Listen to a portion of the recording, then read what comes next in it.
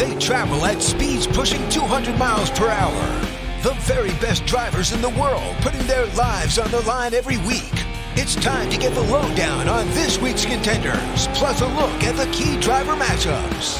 Right now on Gaughan Racin.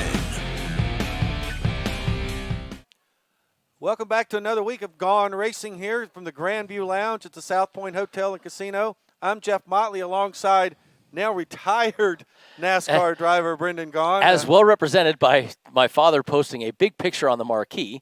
Yes, in fact, I believe we have that, so I think we're going to pop that up on the screen here. But it was a nice gesture from the family and from the South Point Hotel. No, that would be Mom that made Dad do something that he really didn't care about. Well, I want you to know that I was very disappointed that you would take yourself out of the race by running into the reigning champion and a playoff driver. Yeah, once again at Talladega, all three Las Vegas drivers get into a Hasselhoff.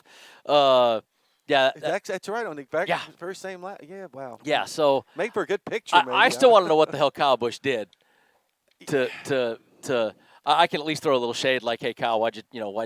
TV doesn't do it justice, because when you watch it on TV, it really looks like he takes evasive action to keep from T-boning Jimmy Johnson, and you're running 30 miles an hour, and boom. He was right there. So it stinks, but you know what? Hey, look, I had a great time, Jeff. You never know how it's going to end at Talladega. That's, as you like to say, it's a crapshoot. Did you just say that? No, I said you like to say it. I said you like to say it. And unfortunately, I would have rather gone out with some big, huge wreck at least near the end, racing for something where I was doing 200 miles an hour and it was exciting. I was doing 35 miles an hour on Jones and Silverado Ranch and ended up getting wrecked. I'm like, come on. Just think, you were driving slower on the front straightaway at Talladega than I do on the freeway here at I-15 at South Point. You probably drove through the valet here faster than you were driving. Yeah. Well, that was very unfortunate. Now, we get to talk about Talladega. No big shock that Denny Hamlin somehow doesn't run in the top 20 for the whole second half of the race, finds himself in victory lane. What did I tell you that the Toyotas have been doing? They've been doing the same strat. They were back there with me most of the day. The funny thing with Denny is he ran up front at the early part of the race. Then he ducked out. Then he decided, I'm going to go hang with my buddy Brendan in the back. And then he says, well, there's 5 to go, and I can pass the whole field, and that's what I'm going to do. Or I'm going to wait for half the field to wreck, and then I'm going to pass. But that was an awesome finish. How about the end of that? Yellow line penalties and people blocking everywhere. We're all up there. I'm sure I'm with many fans. Once again, I'm not technically media. I can be biased.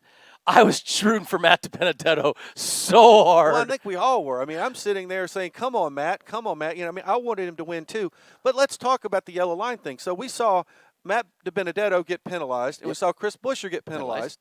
Early in the race, we saw Joey Logano get penalized for forcing and Chase guys Elliott down got penalized for the finish, and then they rescinded his penalty, saying he was forced in there by Buescher, because what they did is they rescinded Elliott's and they gave one to Buescher. Yes. So it seems to me that Regan Smith was very critical of it on a couple of the talk shows.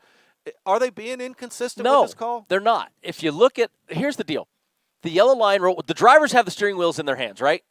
So I can – Brad Keselowski, I think, said it best about 3, 4, or 5 years ago when he got a penalty. Not the Phoenix Racing one. Another one where he got a penalty, he didn't win a race, and he said, next time, I'm just going to sit there and let him come across my nose and wreck him. And he did it. And he did. He put Carl Edwards into the fence at Talladega. But that's the position that we got put in. If at the end of that race when Matt DiBenedetto came down really hard on, it was Chris Buescher, I believe. No, it was William Byron and Denny Hamlin. What William Byron should have done was left rear Matt DiBenedetto. Well, guess what? And he went below the yellow line. Both of them improved their position. See, now, I thought that was the thing, though. Even if you're forced down there, you're not allowed to improve your position. Yeah, but the point is, William Byron, if you watch the video, he is on the apron, full sideways, holding on for dear life. How about Denny Hamlin, though? Denny goes below the yellow line, and he's running third, and he ends up winning the race. The problem I had with Denny's was Denny had ample opportunity to get back up on the racetrack after he was forced, and continued to shortcut the course. So I really thought Denny's was one that was going to be a penalty, because after he got forced, I get it. And you get forced, and maybe you get one position, maybe those two people have a problem. But he passed 2 more cars while continuing under the yellow line. So I was assuming Denny was going to get a penalty for the picking up positions, even though he was forced. Then instead of when there was opportunity to get up, he did not take it. He stayed down there and kept trying to dig for the front. That's why I thought was, if there's anything, it was that was inconsistent to me. But NASCAR has said it's a very difficult judgment call, Jeff. I mean, but the same it's thing hard to do. happened to Regan Smith a few years ago, and he got the win at Talladega taken away from him. Yes. And I think that's why he was very bitter, saying, which one is it? Now, we also have different guys making the rules. If you think about it, back in that day, Richard Buck is sitting up in the tower making the rules. Now you got Jay Fabian sitting in the tower making the rules. So you got a different guy. It's a different interpretation. It's kind of like watching the baseball playoffs, and some umpires have a low strike zone and some have a high strike zone. That was the point I was just going to make, is the interpretation is the same. It's the guy looking at that strike zone saying, is he on the outside corner? Is he not on the outside corner?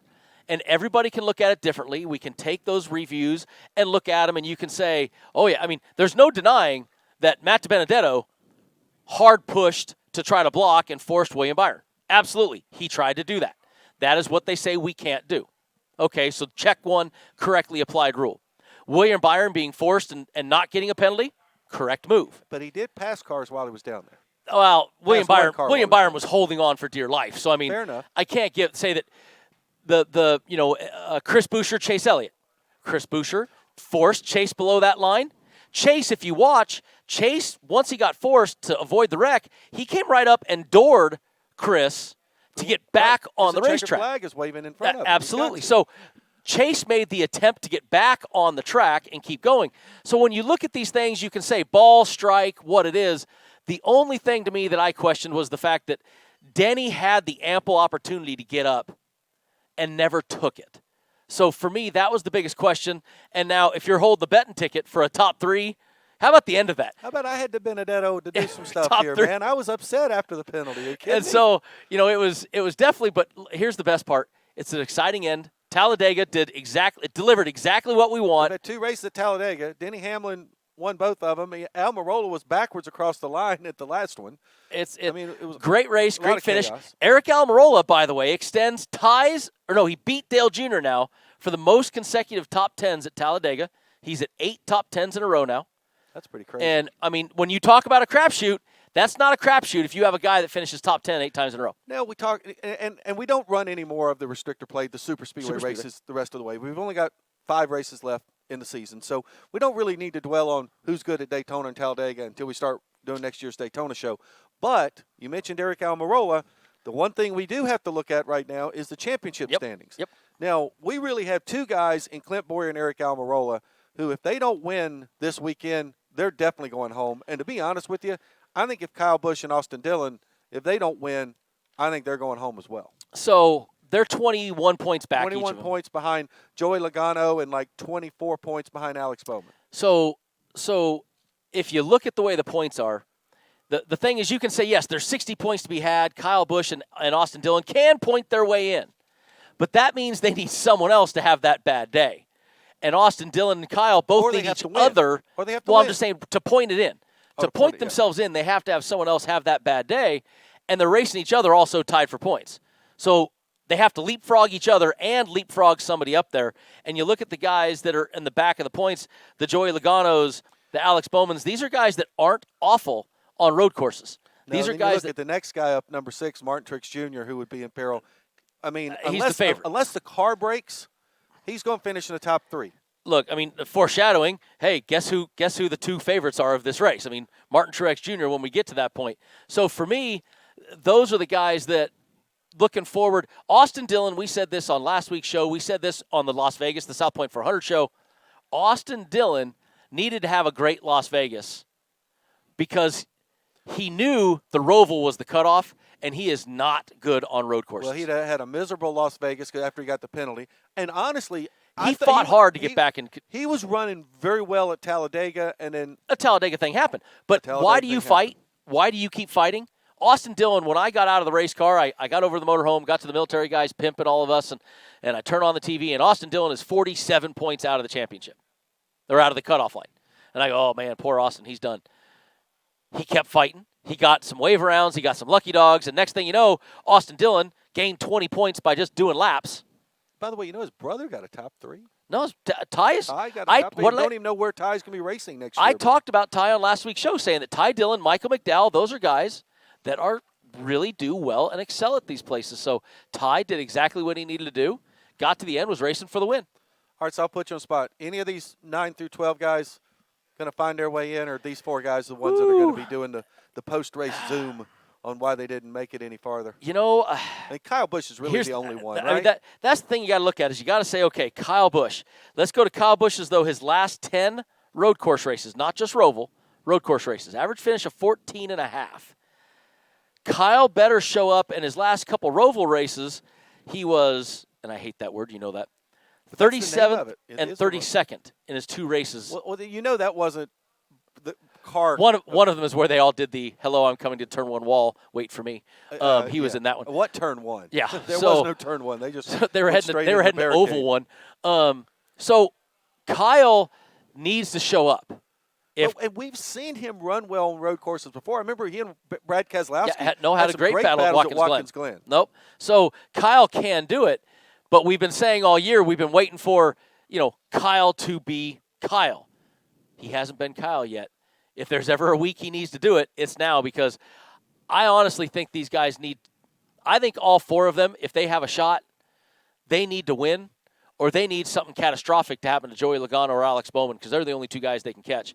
And there has to be a catastrophe, and they got to get all their stage points and do it all. So you're kind of with me. You think those 4 go home? I think they're in a win or go home situation. I think we all know they're in a win or go home. Do you think any of them win though?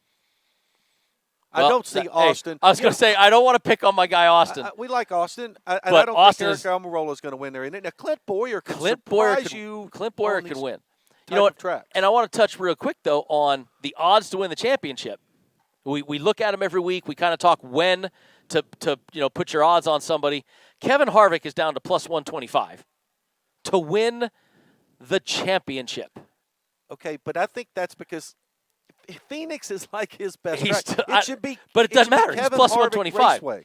But you've got a guy like Alex Bowman and Joey Logano that are 40 and 14 to 1, and Kyle Busch last week was 14 to 1. He's 50 to 1. He's 50 to 1 because everybody knows his chances are so long just to get in now. But what if Kyle Busch does get in?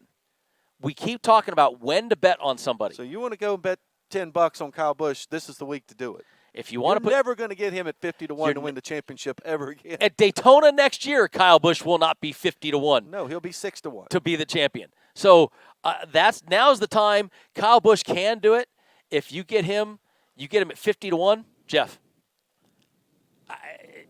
Now, Kevin Harvick at the start of the season when he was 450 or 5 to 1 or something, that was the best you were going to get Harvick kind of all year. His odds are only going to get low. I mean, they might even get low. He might, if it gets to Phoenix, you might have a minus 125 to win the championship by then. The only thing that could possibly befall Harvick is if you get 3 upset winners at Kansas, Texas, and Martinsville, and it comes down between he and Denny Hamlin. Listen, the only thing that could befall him is if he happens to get test positive for COVID the week of Homestead or the week of Phoenix. Other than that, Kevin Harvick is going to be at Phoenix Raceway running for the championship. Most likely. I don't disagree. Okay. Now, and if I'm him, don't get tested that week. He did not say that. Oh, our show does not endorse that. All right, now let's talk a little bit about where we're going this week, because I know sometimes we don't get to the next race course until we get into our second segment, but this is such a unique place. So I don't want to put you on the spot because I don't know that you've actually raced. Yeah, I raced. You have raced on that. All right, so we've got some graphics that we can put up on the screens. Why don't you kind of take people through what to expect on making a lap around the Roval? Well, look, the fun thing about the Roval is you hear me all the time complain that technical race courses.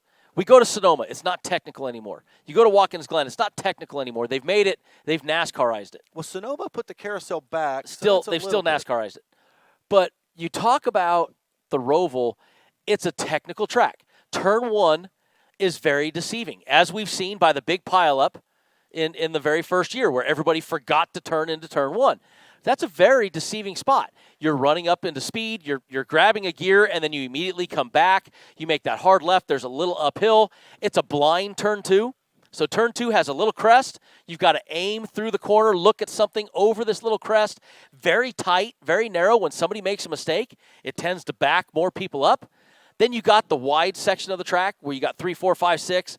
And then the 6 to oval turn 1 is really fun. That's where you see guys take shots. They try to dive bomb on driver's left to get to that driver apex curbing. If they can get there, you can force a guy out. You lose traction out there. So it's really fun to do that. They've worked on the back straightaway chicane now. The first year, we saw guys hitting that chicane and tearing the whole splitter off the car. They put those turtles up there. And the first year they put this, look, the Daytona road course that we've run has a bus stop, they call it, right? Right. It's 25 feet. You go in. Kind of similar to Watkins Glen. Very similar to Watkins Glen. It's actually bigger than Watkins Glen's. They did the one at Charlotte the first year, and they made it like this. Hey, let's see how fast and we can make where somebody can try to straighten this out. And it did not go well. Since then, SMI, Charlotte Motor Speedway, has moved the spectator wall and made that bus stop deeper. That is what they needed to do. Now, it's still not a passing zone. But what it does, it sets up the passing zone going into the finish line chicane. Because if you get a great run off of that bus stop, now you got oval 3 and 4. You start to make a run to somebody. You can outbrake them coming off the track into that chicane. So it is a key point there, and I do love the Roval. It's a ton of fun. Now, in the previous years, the Roval was really kind of an outlier. I mean, we really decided we're not comparing this to Watkins Glen or Sonoma. It was its own deal. Yeah.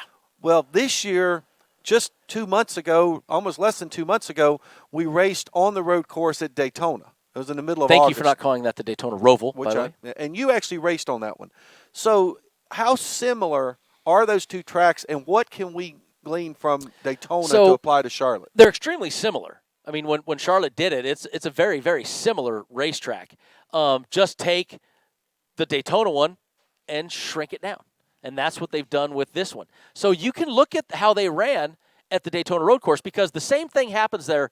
You have a couple tight sections. You have a couple fast sections. You have technical. You have to be precise with your markings. That new chicane they put at the Daytona road course for NASCAR mimics completely the turn 4 chicane at Charlotte. So you can take that racetrack and say, I expect very similar results from the drivers in that track. So if you're better and you're trying to find, what can I lean on?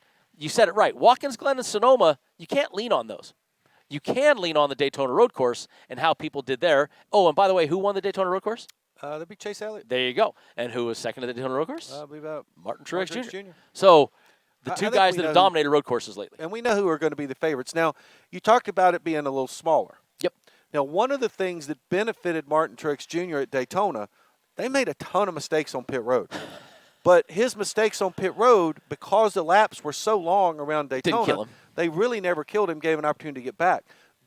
Does the margin of error and the mistakes get a little smaller at Charlotte because the track isn't quite as big? Yeah, because you don't have the time and space to make up the error.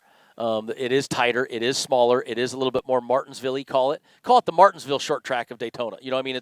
It's just things happen. They get amplified. So you can't be making those giant mistakes that you made at Daytona. You gotta try to find a way to clear. And right now, playoff drivers, there's been some abysmal pit stops. Yes, there has by been. Playoff teams. There's been a lot of mistakes and by playoff drivers. Look, as a bettor, you and I can talk about driver all day long. I can talk about Austin Dillon not liking the road course. I can talk about Chase Elliott loving road course. We can do all that. But man, I can't handicap these pit crews.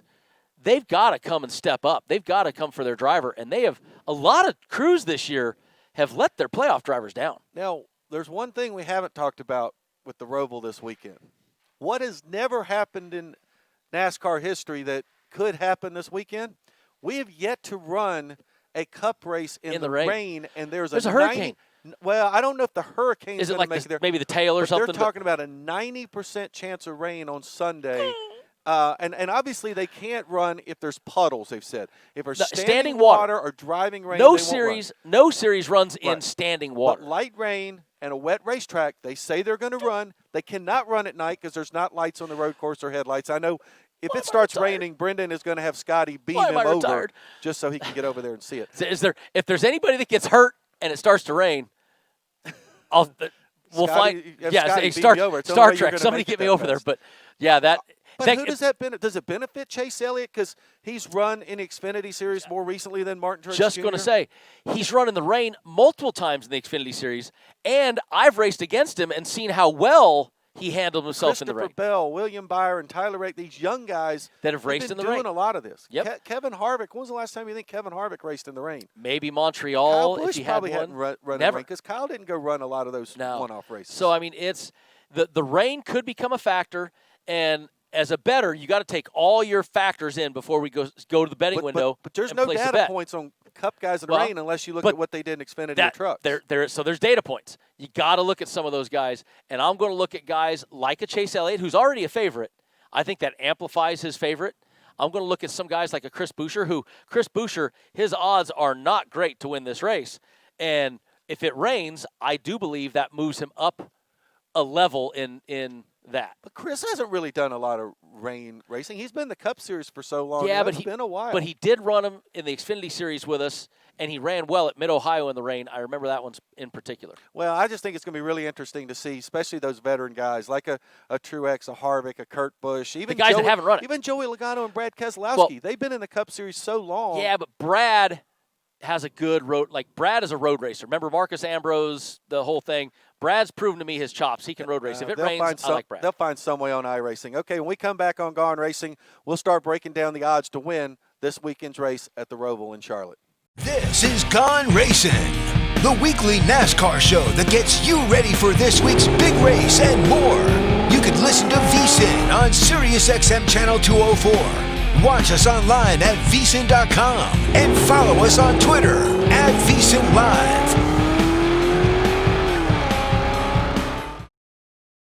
Welcome back to our weekly NASCAR show, live from the sportsbook at the South Point Hotel and Casino in Las Vegas.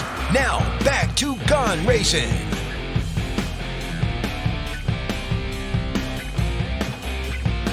Welcome back to just outside the oddstrader.com studio at the South Point Casino. I'm Jeff Motley, alongside Brendan Gaughan, here at the South Point Hotel, and back for Gaughan Racing. And Brendan, it's time to start talking about the odds to win this weekend's race at the Roval. I don't think there's going to be any shock that we got two guys at the top in Chase Elliott, Martin Truex Jr. Chase Elliott plus 300, Martin Truex Jr. plus 550. Both of those guys are dominating on these courses. And I'm going to start and say 550 on Martin Truex Jr. Put some money down. Great number. I like 300 on Chase. Those are great numbers. I mean, they've won 7 of the last 10 road course races. Should have won 8 of the last 10.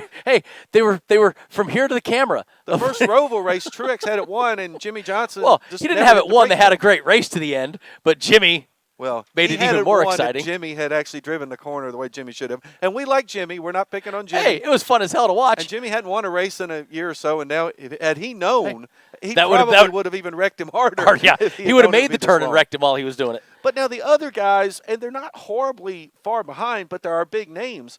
Denny Hamlin plus 700, Kevin Harvick plus 800.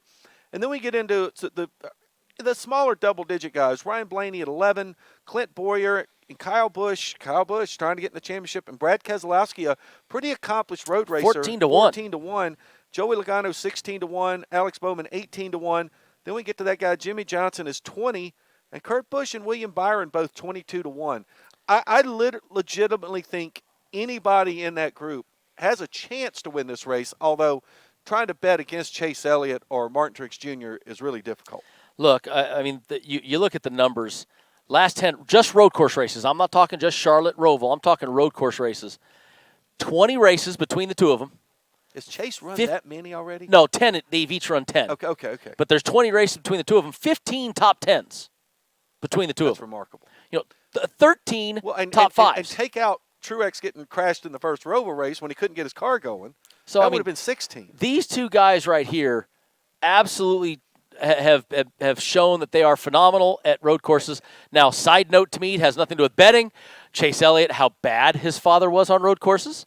It's very amusing to see how good Chase Elliott has become on road courses. We know who was not his instructor. It was definitely not his father. His dad helped him everywhere else, but his dad was not much help on the road courses. His father was amazing and phenomenal, and I love him, but not on road courses. One thing about Chase Elliott, though, is I think when you see Chase Elliott race, I think he is a real student of the sport. Yes. I think he Yes. learned a lot from his father. But, you kind of have to remember what accomplished road racers Jeff Gordon and Jimmy Johnson were. And Chase Elliott came up, got into the Hendrick with the Busch Series as Xfinity Series now. But Chase Elliott got in there and watched Jimmy and watched Jeff for years. He learned stuff from those guys.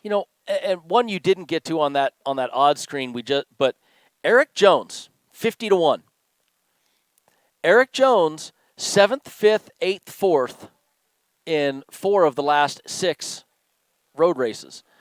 And driving for his life. And Eric has been good at these places. Now, I'm not sure. Eric so far has seemed like, whether he's phoning it in or whether the team is not putting all the effort, they have not. When was the last time you heard an Eric Jones mention on a television coverage right now? So it's not good. But Eric Jones does show me some chops on the road races, and I'm going to be remiss. I've always got to bring up, I know he's 50-1. You know who I'm going to say. You're going to talk about our man from Arizona. But Michael McDowell, remember the teams he's driving for. He's only got 1 top 10 in the last 10 road course races. But 10th, 12th, 12th, Didn't he run really 14th. well at Daytona on their road course? And he ended up had 10th. some issues there late. Ended up 10th, ended up with issues. If you're looking for a flyer, and look, if you want to call this the crapshoot of the road courses. He said crapshoot, everybody. Let's put that on that tape. I did say. It is on tape. So we that know was it's on tape. The Jeff Motley crapshoot of road courses. But we're talking about the mistakes when they get made. They compound and they kind of take more people with you. All it takes is 3-4 guys to get bound up with something, get some damage in that turn 1-2 where it's all narrow. And Michael McDowell slides himself right in there. The key for a guy like Michael McDowell, his pit crew can't lose the race for him. It can't come down to a green flag pit stop. Right. That's the problem. And in this kind of environment where you can actually pit under green, green flag pit stops might be better than yellow flag pit stops for Michael McDowell. He's got a 3-second lead, or he's 3 seconds ahead of somebody, and he's 2 seconds slower on a pit stop. He still comes out ahead. Whereas he just needs it to come down to what happens on the racetrack, and McDowell has a shot. Right. Because if you get a yellow flag pit stop, then he could certainly be in a lot of I'm trouble. not going to look at anybody in the 100+1 range. I'm sorry. There's Austin Dillon, those guys. Right, and I think once we get into the top threes, maybe we can start talking about those guys. Okay, we'll be right back on Gaughan Racing, talk about top threes and head-to-heads. This is Gaughan Racing, the weekly NASCAR show that gets you ready for this week's big race and more. You could listen to VSiN on SiriusXM Channel 204. Watch us online at vsin.com and follow us on Twitter at VSiNLive.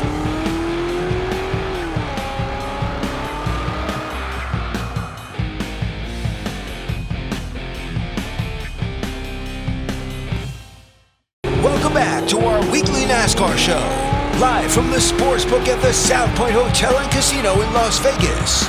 Now, back to Gaughan Racing.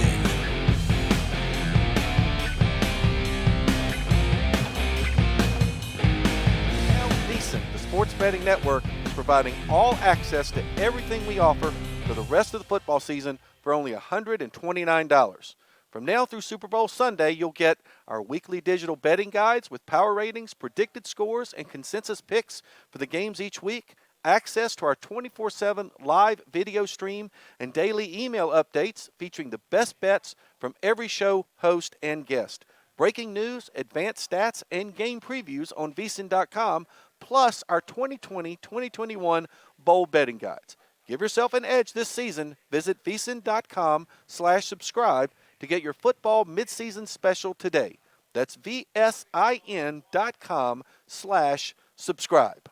And that's the football, guys, but we're here to talk racing. Jeff Motley, Brendan Gaughan here at the Grand. Do they know more than us about football than we know about racing? That's a good question. I think we know about more about our sport than they know about theirs. I would agree with that. In fact, But they're really good. And you and I might be okay on football picks, too. We can do it. We know a little bit. We just don't get to watch it as often. But I think we classify as professionals. Well, you are a retired professional, and I get paid to work in racing, so I guess that makes us both professionals. See, there you go. Professionals. That's exactly what it is. Trust me. I'm All a right, professional. so let's talk about top three. And what do we have this week we haven't seen in a while? We've only seen this maybe 2 times this year, maybe 3. Until we get Kevin Harvick at Phoenix. For the win the championship. We've got a minus number in the top 3 on a guy that I don't ever remember seeing a minus number on. Unless it was at the Daytona road course. I don't earlier think he this even year. had it I don't then. think he was either. He was probably like a plus 105 for a top 3. But yeah, Chase Elliott come in a minus 125. But I really love a plus 150 on Martin Truex Jr. because, I mean, look, how do you go against those two guys to finish first and second? I mean, Martin has proven to me, and where this came from, Jeff, Martin's career before recent, dear God, where did this come from? Martin Truex now is a road course ace, and he has turned it in. A plus 150 for him. I wouldn't have been surprised. Remember a couple years ago, I think we saw Kevin Harvick and Kyle Busch being minus 125s together. I would have had Martin Truex as a minus number here. I think that's a great number for a top 3. Well, and I've heard a lot of drivers say that road course racing is a little bit about attitude. Some guys are like, oh, no, good grief. Like Richmond is about attitude. Richmond's about attitude. Road course racing isn't just about attitude, it's about ability. Earnhardt used to hate road courses, and he was never that good on road courses. And Dale Jr. used to say, he goes, my dad hated him, and he always went in with a defeatist attitude. But that was also because road course has driver ability that's different than what they're used to. Right, but we used to see guys like Mark Martin and Ricky Rudd embrace it. We saw Jeff Gordon, but Jimmy they Johnson did other racing to embrace it. Jeff Gordon did other racing. Jeff Gordon came from a different world. Mark Martin did that. These guys didn't. The Bill Elliott's did not. The Dale Earnhardt's did not. So they never not only embraced it, they never even tried to embrace it. Ricky Rudd tried. He went to road course schools. He learned how to do road course racing. He went to get better. Those guys did not. Rick Mass used to tell me how much he couldn't stand the road courses, but then he was going to the Bondurant school all the time. There you go. It's like, look, you got to figure out how to do it. And with 6 road courses coming on the schedule next year, better everybody better have a positive attitude. All right, looking down at some of the other numbers, Denny Hamlin at plus 200, Kevin Harvick plus 225. And the only other guys, we got single digits. We got 3 guys at plus 400, Clint Boyer, Kyle Busch, Brad Keselowski, Joey Logano's plus 450, Alex Bowman plus 500, Jimmy Johnson plus 550, Kurt Busch, William Byron, both plus 600.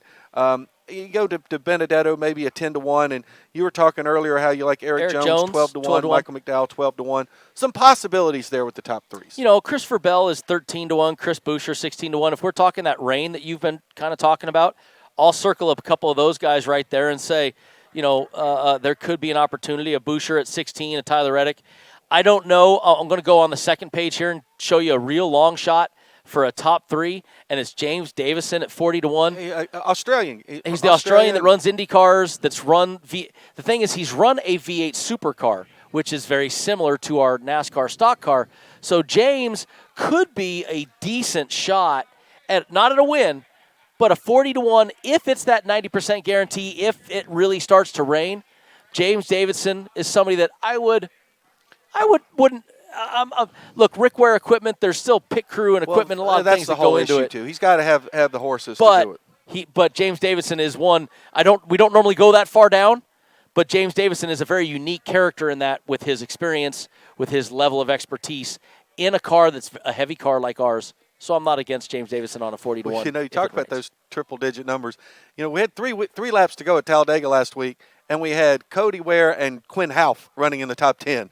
It's like, what's going to happen here? Yeah. All right, let's talk about the driver head-to-heads. And okay, everybody, if you ever wanted the opportunity to get Denny Hamlin at plus 155 in a head-to-head, and are you ready for this? Kevin Harvick at plus 170? Really?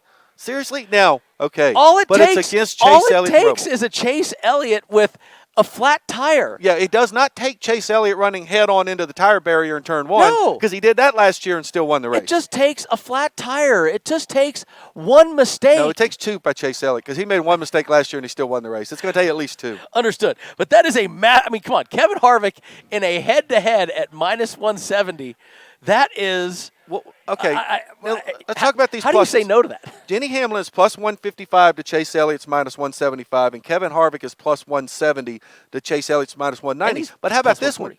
Kevin Harvick is plus 140 to Martin Truex Jr.'s minus 160. There are some really fun driver head-to-heads. Oh, and by the way, Denny Hamlin plus 120 against Martin Truex Jr. at minus 140. There's great numbers there. The data backs up some of these. The data backs up a little of this odd, but not all of it. So I definitely think that, there's ways to go on that could be kind of fun. I've been talking about the Kyle Busch don't line. A lot of the year it's not a great return, but Clint Boyer and Kyle Busch are head-to-head at minus 110.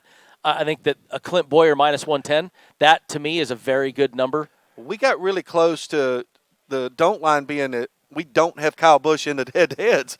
I mean, we've only got him He's in got 3 two, of them, him and they're against all Jimmy. minus 110s that Kyle Busch is in. So it's kind of really hard to even go out on a limb and go with him. You know, one other one I find a little bit interesting, I guess I've kind of thought Brad Keselowski was a little bit better road course racer than Denny Hamlin. I don't know why. I just kind of feel like Keselowski's a little better. And Brad is coming in at a plus 105 against Denny Hamlin's minus 125. Yeah, but that's a mighty big split in hair. Brad Keselowski, 10 races, 4 top 10s.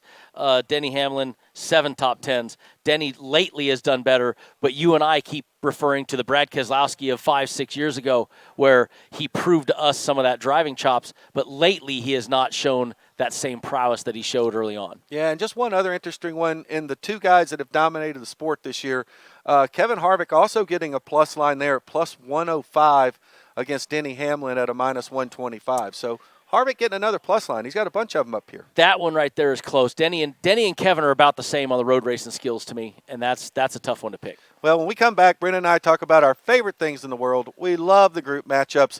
We'll also talk about how we did last week. Little kudos to the pit crew. We'll come back on Gaughan Racing. This is Gaughan Racing, the weekly NASCAR show that gets you ready for this week's big race and more. You can listen to VSiN on SiriusXM Channel 204. Watch us online at vsin.com and follow us on Twitter at vsinlive.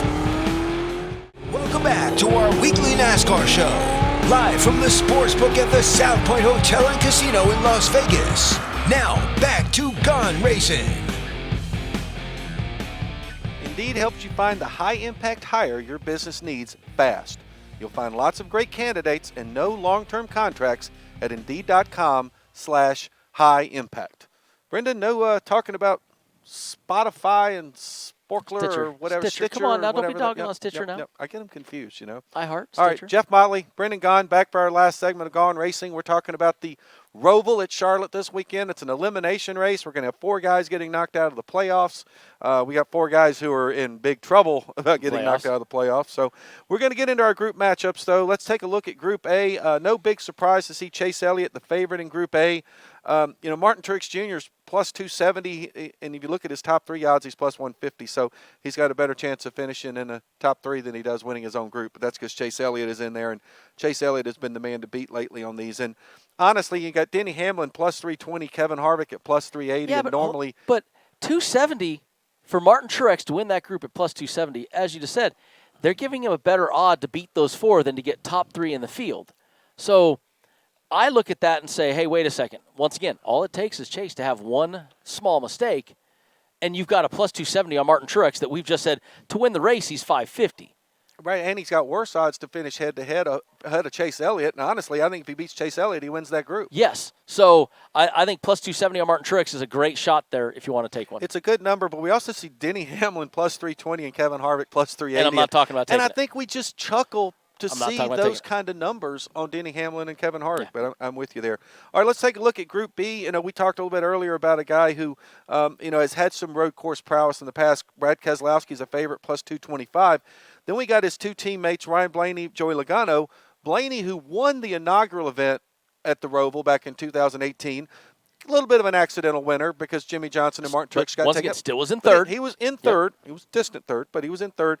And then Kyle Busch, a guy who's racing for his life this weekend, plus 315 is a long shot. Boy, that's a pretty interesting number. And I would put that on Kyle Busch, a plus 315 and a head-to-head. That, to me, is worth it. Even though I've been talking about the don't line on Kyle, his back's up against a wall. It's a road course. He does do well. It's not like he's a bad road racer. He's not going up against Chase or Martin Truex. Those are not in his group. 315 for Kyle Busch is worth me taking. All right, we move on to Group C. We got Clint Boyer, Jimmy Johnson, and Alex Bowman, all plus 265, and then William Byron plus 270. So you got 3 of the Hendrick cars and Clint Boyer, and I don't really know if there's a favorite over anybody there. It's really kind of hard when you look at the handicapping to pick those, although personally I kind of think Clint Boyer and what we've seen him do lately on road courses, he might be the guy to beat there.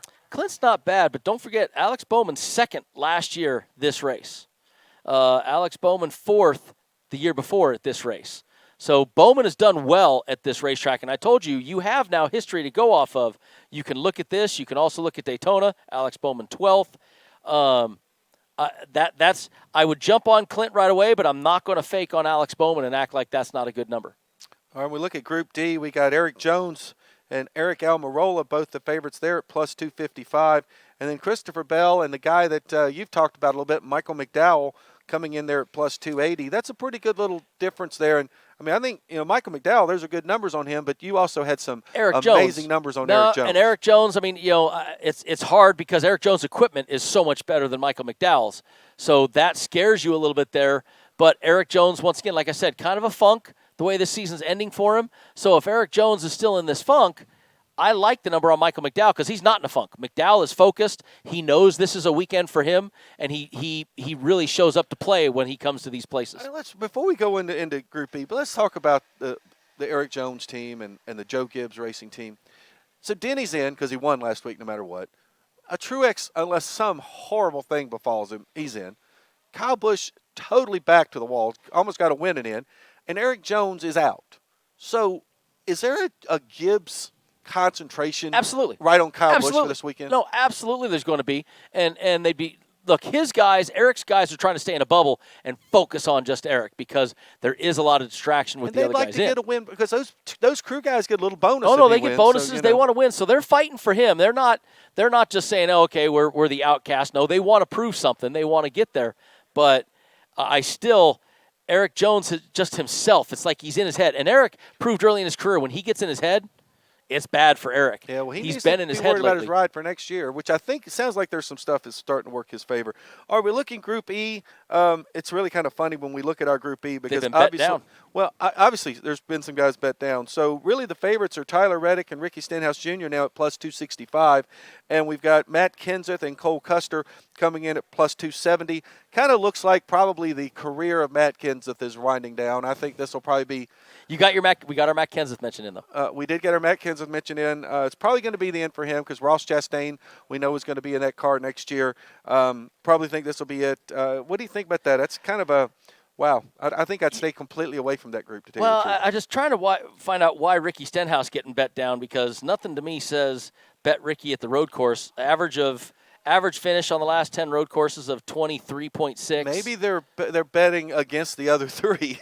I mean, Tyler Reddick and Cole Custer really don't. Now, if it rains, Cole Custer and Tyler Reddick, I'm all in on those guys. I mean, Tyler Reddick only has one data point in the Cup Series to show, and that's an 18th at the Daytona Road Course. So Custer, same way. And Custer the same way. So, but I don't know why they've been bet down to the favorites. But I would tell you that if you get up on Sunday and it looks like it's going to be raining at Charlotte, then go get some Tyler Reddick and some Cole Custer. Open up your app, whichever it is, South Point, MGM, whoever it is, and bet some of these guys with that rain experience. It's going to pay off. All right, in our last group, Group F, our Ron Flatter group. It's not the Chris Buescher group because nobody decided to put him in a group this week. Bubba Wallace, the favorite there at plus 260. And, Bubba's not a real huge fan of road courses. Then Ty Dillon, John Hunter Nemechek, and Ryan Preece at plus 270. Kind of an interesting group there, I think. Look, Bubba had a great run last week, was in the lead, was showing some prowess of what Michael Jordan and Denny Hamlin are, want to see out of him. But I don't see that fading over into the road course. Even when he ran trucks in Xfinity, he never really liked the road racing. Average finish of 28.5 in his 7 road races in the Cup. He is not a fan of road racing, so him being the favorite is an easy one to mark out. Again, if you get bad weather, Nemechek and Preece. Preece, the modified guy that he is, I do like Preece. There's definitely if you're looking to find a matchup that is kind of backwards, it's Group F right now. All right, so it's picks time. First off, let's talk about last week. Brendan missed the show a couple weeks ago when he actually had a good week. So now you've had bad weeks. So you're going to let me Leela? I can show right you there. But the pit crew. Hold on. Do I need to put it back here? Yeah. See, my eyes are bad now. The pit crew was our big winner last week, though. Pit crew 2.6. 2.6. Who did the pit crew get? They got Hamlin plus 300 in the top 3, and they got Brad K to win Group B at plus 260. So they got those. Brad just missed out on the top 3 though. So that was there. They got Bowman Group C. I did get a winner. I got Buescher to win Group D at plus 270. and that was it. But And I got Denny Hamlin a top three there. That's why you're 0.3 better than me, which is why I lead off. Which is why you get to pick first. So, Brendan, let's hear your picks for this week. So, I'm going to start off where I don't normally do this, and we all know that I don't normally pick a race winner, but I'm going to lead off with a race winner, and I'm going to lead off with 2 picks in the race winner category. I'm going to pick Chase Elliott and Martin Truex Jr. I think that's a good – I like that. I mean, if you get one of those 2 right, you've won. I'm still up. You're still up. And if Martin does it, I'm up even happier. I'm going to go all the way down to that Eric Jones at 12-1. Even though I kind of poo-pooed him right there in the group matchup, I still like what he does. I still like his equipment. I think Eric Jones at 12-1 in the top 3 is a pick for me. I'm going to go into Group D, into our group matchups. This is kind of a hedge on picking Eric Jones. I'm going Michael McDowell to win Group D because if Eric Jones doesn't do well, I get plus 280 return on him. So I got a small little hedge going there. And then I'm going to change on what we talked off air. I'm going to go Kyle Busch in Group B at plus 315. He's not up against Chase and up against Truex. I think he's going to be very strong and try to get himself in this playoff. And so I'm getting Kyle Busch. Brendan's just completely messed up my sheets because we gave me his picks before the segment. He switched them, so I'm screwed. But the problem is he also talked me out of picking Clint Bowyer in Group C, so I had to make a change myself. So I'll go through mine real quick. You and I are going to agree a bit here. I agree with you totally on Chase Elliott to win the race. I just am not going to leave him dangling out there at plus 300. And I'm going to go Martin Truex Jr. with the top 3. Because it's a plus number on a plus 150. So that's my 2 in the win top 3 category. And then I'm going to go in the groups for my other picks. I'm going 100% with you on Kyle Busch at plus 315 in Group B. I really like that. I like the desperation. As I say, bet the don't line all season on Kyle Busch. What do? But I like his desperation knowing that he's got a winner in. Do as I say, not as I do. I'm actually going to go against you in Group D. I'm taking the Eric Jones pick in Group D. I really do like him there. And my last one, I'm going all the way to Group F. And I'm going Ryan Preece in Group F because I just think he's run fairly well. Well, if you're saying 90% chance of rain. And I don't like the other 3 guys in Group F, which is part of – I like them. I just don't like them to finish at the top of the group. So I like Ty. John Hunter's a great kid, and I love Bubba. So anyway. All right, now the pit crew is our big winner. So I'll go through the pit crew's picks this week. Pit crew is taking Martin Truex Jr. to win at the plus 550. Pit crew's got a couple of group picks. Oh, they really went out on a limb here. Chase Elliott to win Group A. But, hey, it's plus 170. But they have – you get it? But they have Martin Truex to win the race. They got a little hedge there. They do. And then Brad Keselowski at plus 225 in Group B. Okay. Good pick there. Head-to-head versus us. And then they decided that those numbers on Kevin Harvick were too big to leave alone. They're going to plus 170 on Kevin Harvick against Chase Elliott and plus 140 on Kevin Harvick against Martin Truex Jr. So a little hedging going on there, a little bit of back and forth, but pit crew beat us last week. So they've been on fire lately too. They've had a couple good weeks, the pit crew. Out of the last 3 or 4, they've had a couple good ones there. So. All right, well, we got about 30 seconds left. We've kind of talked a lot about the Roval. Outside of Chase Elliott, Martin Truex Jr., what do you look for this weekend? I'm looking for that rain. Look, we all know I love my road racing. You'll be doing your rain dance, the BJ Thomas even though I'm song. not there, I'm going to be doing the rain dance. I want to see him drive in the rain. I think that would be spectacular to watch. So, boys, have at it in the rain. Sorry I'm not there. Well, when we come back next week on Gaughan Racing, we'll break down the Roval. We'll talk about what's coming up at Kansas, and we'll have 4 less playoff drivers. See you next week. This is Gaughan Racing, the weekly NASCAR show that gets you ready for this week's big race and more. You can listen to VSiN on SiriusXM Channel 204. Watch us online at vsin.com and follow us on Twitter at VSiN Live.